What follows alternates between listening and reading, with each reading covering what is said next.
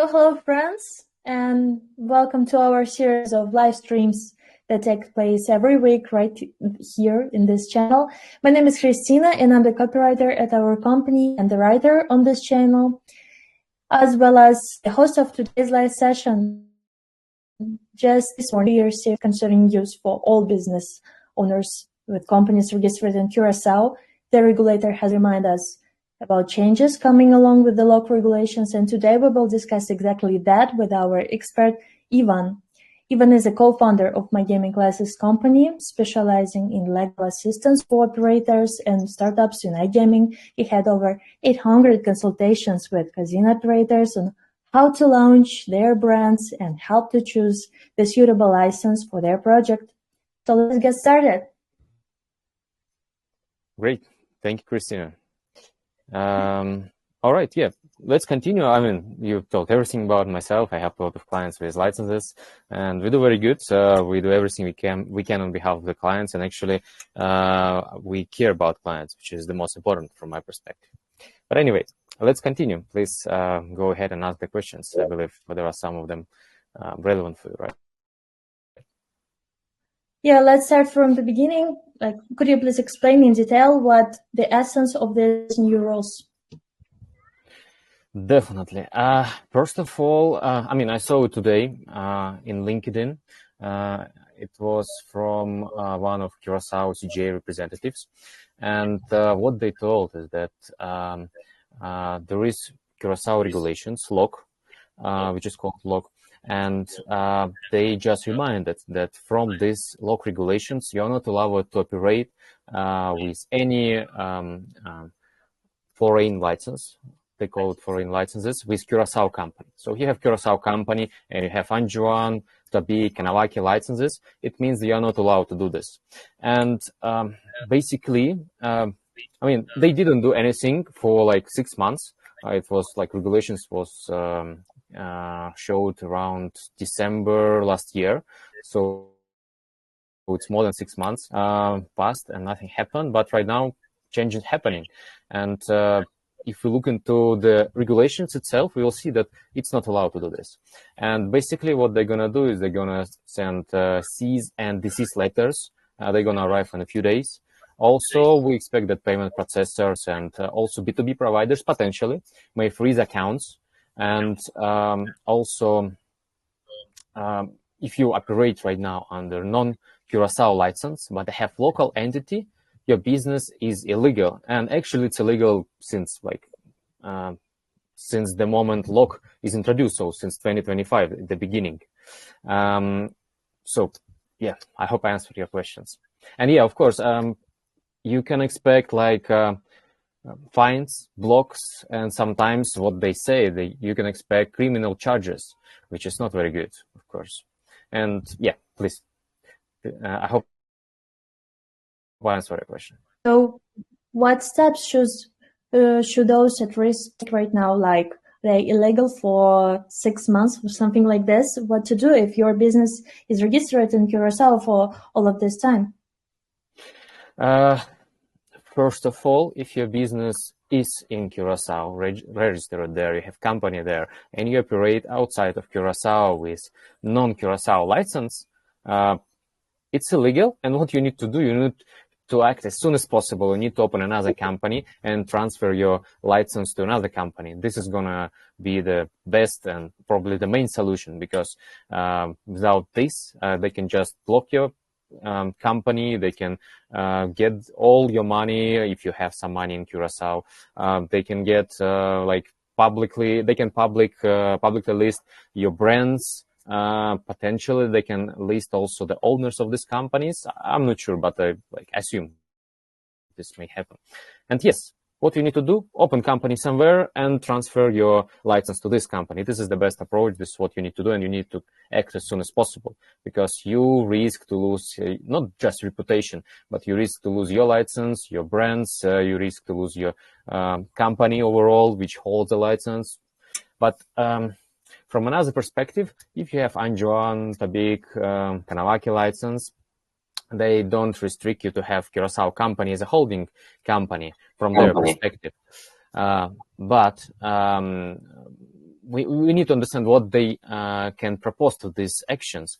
Maybe they already have solutions. Maybe they have, I don't know, like some plan of actions if something happens with your company in Curacao.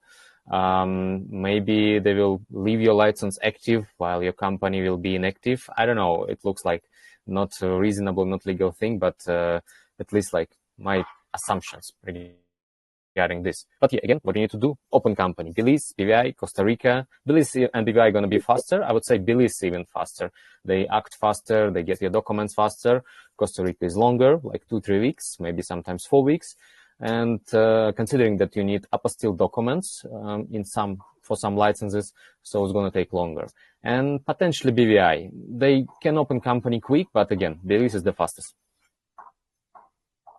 Okay, the business open, just imagine the business opened the company in Belize, for example. What is the next step? Sorry, can you repeat the question? Yeah, I mean, okay, the business already opened a new company, for example, in Belize. What is the next step? Okay, so yeah, first step, they open company in Belize. Then they need to notify a regulator. Let's assume it's going to be Anjouan. They need to notify a regulator that they want to transfer ownership of license to another company. It can be done through different ways. The most common is probably selling of the selling of the project and everything. And you basically notify a regulator. They will ask for documents like company documents, incorporation documents, plus incumbency certificate. Most likely it should be not older than 3 months, but you have new company, so no problem. And of course, you need to prepare some agreement between your Curaçao and your Belize company, showing that this is a legit deal and you do it. But you need to explain to most likely like Anjouan that you do it because of these actions. So you're transferring because beneficial owner should stay the same. The question is going to be regarding director, because in Curaçao, it's mandatory to have local managing director to open company there. So, and this director is not going to be available anymore in your Belize company. If you want to simplify the process, probably use the same UBO. I mean, the same UBO must apply for Belize, and he must be end director and shareholder to simplify the process. I would say later on you can add nominal director to, for obvious reasons, but to simplify the process, I would suggest to just have one person UBO as a owner, shareholder, director, and as a beneficial owner itself. Yeah. Mm-hmm. And okay, just if failed to do this, the business had many problems, but how will the situation impact businesses moving forward? I mean, what long-term consequences should we anticipate in this case? I'm not sure. Most likely you will lose your Curaçao company. It's again my assumption.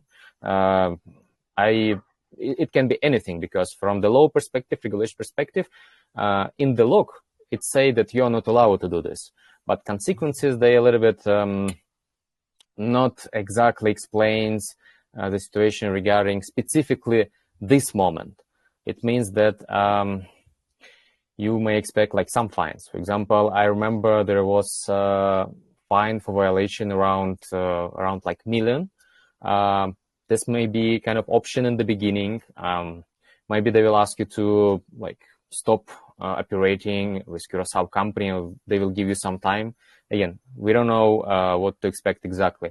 And potentially you can also be kind of, you fit for criminal violations, because you can be kind of criminal suspended for like around a year, plus also fine, and maybe more years. It's up to 4 years. It's also possible in prison. And especially if you did it on purpose, and you know that this law was existing, and you did on purpose, holding Curaçao and doing nothing. I believe most of, not most, but half of the companies did the same. I had one client who was asking me to transit from Curaçao to another company. He wanted to go to BVI, but eventually he went to Belize. But the idea that he started doing it in advance. He started doing research how to do this properly. He had some problems with directors, but it doesn't matter.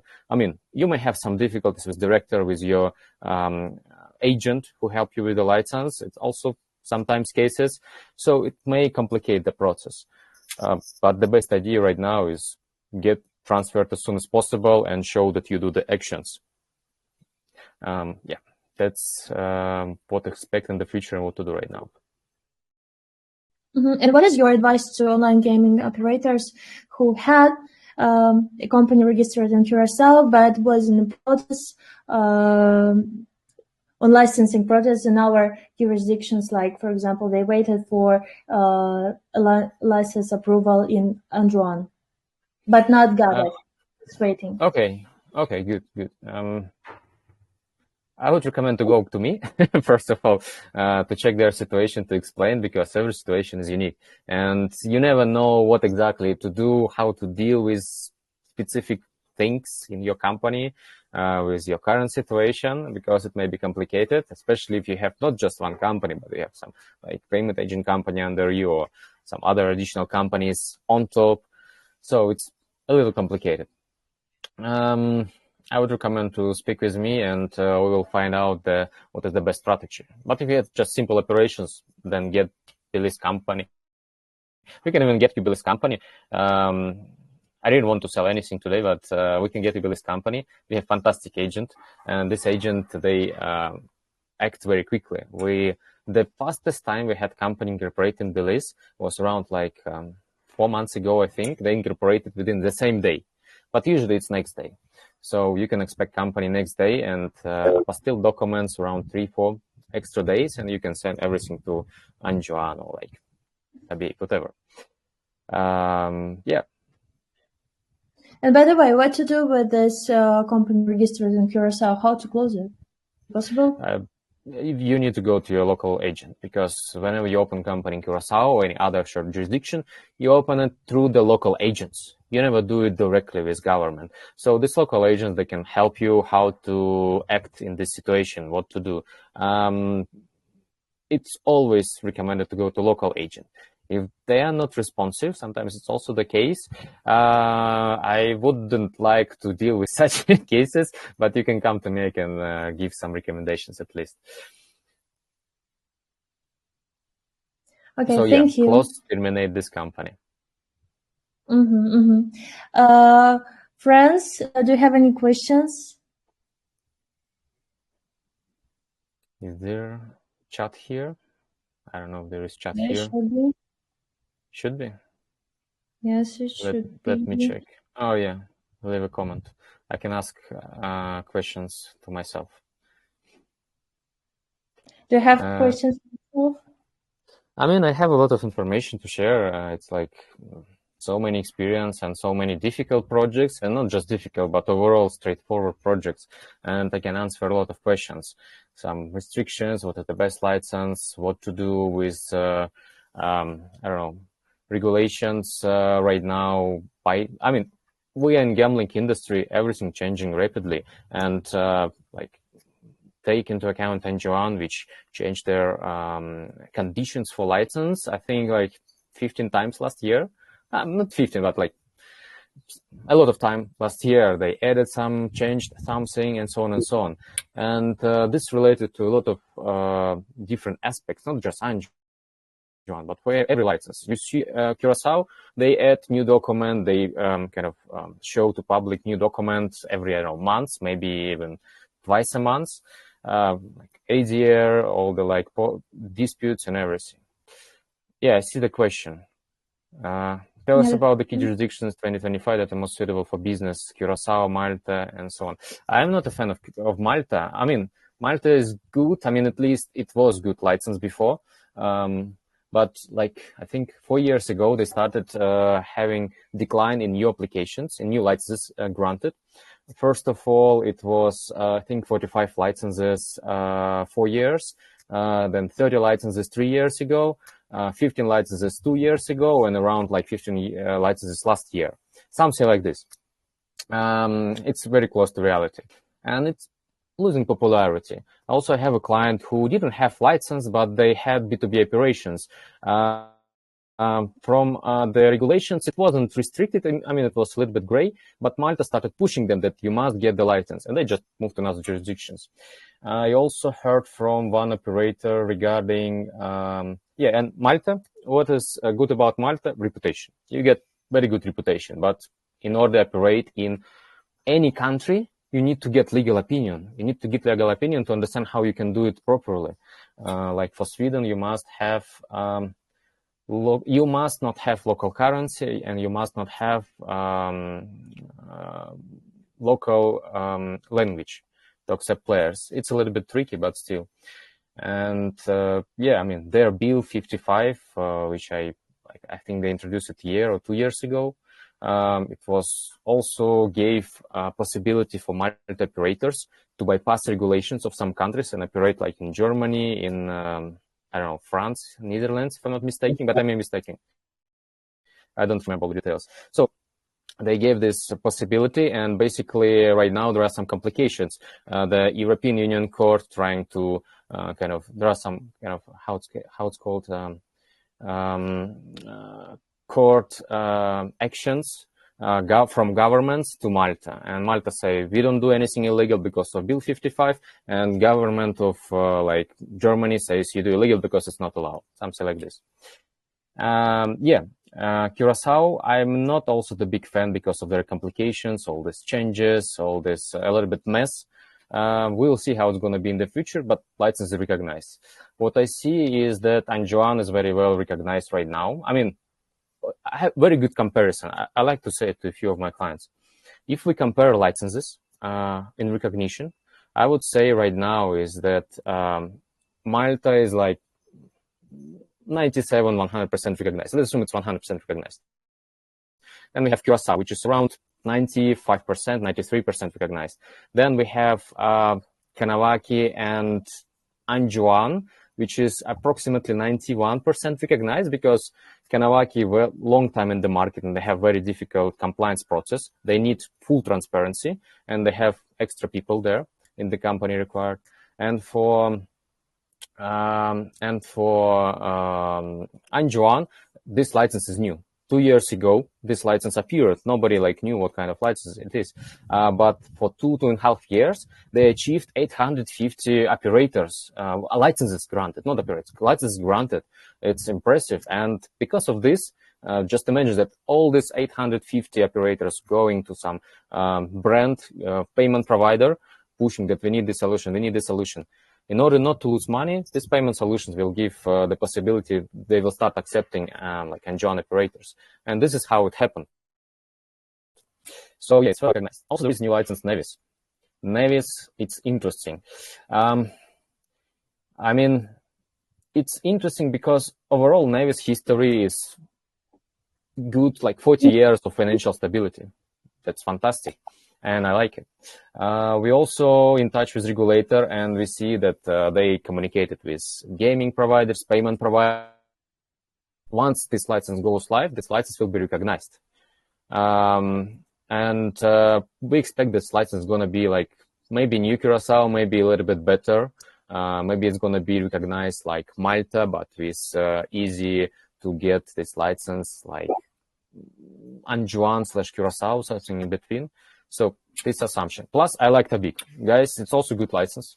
We have a big client there, which we have a fantastic process, good team, easy collaborate, and they will recognize. I think they will be recognized much better in the future. And if you have Curaçao, if you have Anjouan, I would suggest to apply for Tabik as an additional option.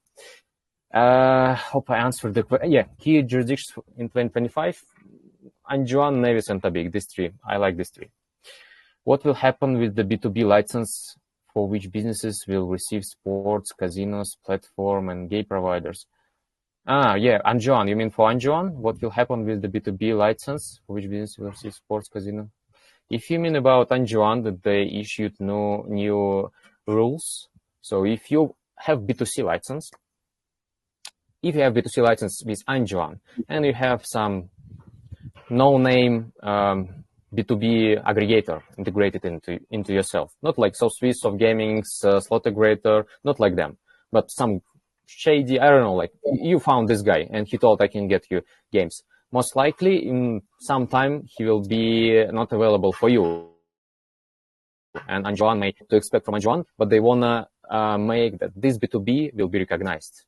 For Curaçao, what will happen with B2B lights for which business will receive sports? I have no idea. Really, I have no idea. But I can check with my team and we can get you the answer. Just text me in direct and I will get the answer just to remember. And from Adam, we have the question. And John is often called a crypto-friendly jurisdiction. How anonymous are beneficiaries there? 100% anonymous. I mean, you don't get any, you will never be public, especially with Anjouan, and I would say especially with Tabik, I would say with Curaçao also, if you're beneficial owner. Same for Kanawaki. They don't disclose this information about beneficial owners, but some of them disclose information about directors. Like in Costa Rica, directors, they're not for public, but registered agents and some other registered companies, they can access such information. You just need to register in their government portal or something like this. And crypto-friendly, Anjouan, crypto-friendly. Tabik, crypto-friendly. Kanawaki, crypto-friendly. Curaçao, maybe. I mean, crypto is a little complicated. The problem with AML, anti-money laundering, you never know where your money comes from. And when you want to operate in crypto, you can do it with any license. And you just need to do KYC on your platform, and you can accept any money in crypto, no problem. I mean, crypto-friendly, I don't know who calls this, but yeah, it's also true. It's a good question. Malta is not crypto-friendly. From my perspective, is it possible not to disclose owners at all, and how does this affect the work with processors? At all? To regulators? No, you must always disclose owners. I know in this industry there are cases when some companies use nominal beneficial owners, but in reality it's risky. It's a lot of risk. You give access to everything to these beneficial owners. They can do anything if they want. Of course, there are some, I don't know, like things how to reduce it, but in reality it's complicated. It's very complicated, and I'm not sure if anyone does it, but I mean, some companies does it, I know. I got some question for you. For example, we don't know what to expect from the Anjouan, Tabik, or any other jurisdiction where the business registered in Curaçao got a license, hold the license. For example, their jurisdiction declined or revoke our license. What to do in this case? If you lose the license. If you lose the license, then you did something illegal. They don't do it just like because they want. I mean, not every, but every. I mean, if you lose Anjouan license, that you really did something wrong. If you lose Tabik, again, you did something wrong, which wasn't allowed. And I mean, guys, you have agents. I mean, we are agents, for example, and we assist our clients with consultations as well. So if client asking, can I go to USA and operate there? No, you are not allowed. And can I do it through some different things if I don't block geofencing and some marketing? No, it's not allowed. But we know which jurisdictions can like close their eyes or don't look at this. And again, we don't recommend to do this. We never recommend to do this. But this is reality because not everyone watch you. But as soon as licensor will find out that you did something wrong, they either give you warning. Or they can just revoke your license. They can just terminate your license and you lose everything. He would like to open an online casino and he requires your advice about this. The best question I would ask, how much you ready to invest into casino, because when you open casino, you need to take into consideration, first of all, platform, license, games, payment solutions. Then also it's going to be marketing, which is going to be like the biggest expense after you go live. Then your employees, if you have bad employee for, I don't know, CRM system or for support, even support, or withdrawals, or for retention, you will have complications, problematics. And changing place in this industry, it's not cheap, it's expensive. Overall, like salaries here, like twice more, I would say, than any other industry. So if you want to open your casino, you need to understand your budget, how much you're gonna invest, how much you're gonna invest before you go live and after you go live. I would say the minimum budget would start from $500,000 for new operations, small operations, but average casino starts like 3, 5, 10 million US dollars or euros to have a budget for operation, for setting up. And you have other different options you can have for platform, like turnkey solution. You can have source code. You can create it from scratch yourself, which I don't recommend if you don't have very, very big budget. Even better, buy source code and change to whatever kind of settings you want. And yeah, I mean, have big budget and be ready to spend it and invest a lot of time and be ready that everything will be changed and everything will be delayed. It's never happened that you get your project delivered in the good quality at the time when you expect it. Most likely it's going to be 2-3 years. In my previous company, I had one client who wanted to get a platform, and he wanted some features. And the process of getting these features was, it took for the company I work with before around 3.5 years just to develop the platform. Some companies didn't launch, not just in the company I worked before, but overall in other companies. Most of the projects just lose the face. Yeah, profit and yeah, exactly. But you never know what to expect. You may be scammed by payment provider. I mean, it happened a lot of times. Some guy tell you that he can get you lower. You go to this guy and he actually scam you. And maybe not right now, but in 6 months, he just get all the money from the clients and disappear. So it happens.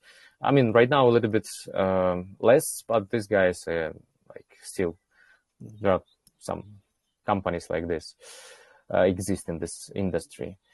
And also you can be, I give you another example. Regarding license. You can go, for example, if you go to us, we have straightforward process. We do everything we can on behalf of the client. And it means that we fill out forms on behalf of the client. We create business plan. We help with policies. We help with every step, company chart, everything. From clients, we usually need personal documents and answer the questions. Plus, we communicate WhatsApp, Telegram, and we get answers very quickly. So, like, you text right now, and in 5 minutes, you can get the answer. Yeah, business plan. We help with business plan. It's on us. We just need to ask a few questions, like your unique selling proposition, your current plans, your target markets, your budget, and your team. That's all we need to know. And we create business plan considering that it's going to be accepted by authority. So yeah, with us, the Anjouan process will take around 3.5 months, including company incorporation. With other companies, I know you can spend a week to get agreements signed, a week to get some replies to start the process. Some companies check your documents for, again, a week. We do it like the same day, even the same hour in most of the cases. So an overall process maybe from 3 to 6 months. And you go to some sales manager and he says, we'll get you on Anjouan within like 4 weeks, maybe 6 weeks. But in reality, it's just the process, which you spend from the moment you have everything ready, you applied, Anjouan accepted, and you paid until you get the license. So this is 6 weeks. But they say, yeah, you get license takes 6 weeks, but you don't know that you need to prepare the documents, you need to get the company ready. These processes are very important. And some sales I cannot say any things, but some sales manager can say that, yeah, process 6 weeks. Yeah, sure. And you go with them because they say they like looks prominent. They have, I don't know, like some reputation, or they don't have reputation and you just found them and he promised you a lot. So it happens also a lot. So yeah. Thank you very much for this ultimate answers.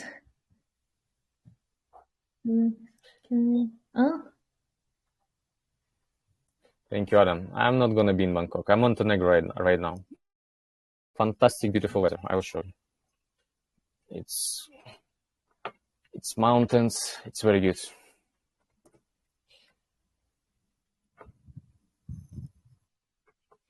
If you want to meet, we usually located, we have different offices. We have office in Cyprus, we have office in Toronto. If you want to meet, you can meet either in either of these places, or you can just text and meet us at Expo, because right now I think Ioana and Felipe, our colleagues, they are in London IGB. So it's going to be, I think, 2 days Expo, something like this.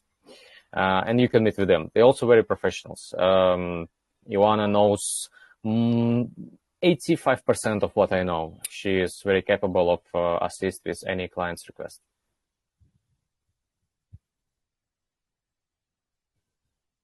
Guys, do you have any other questions?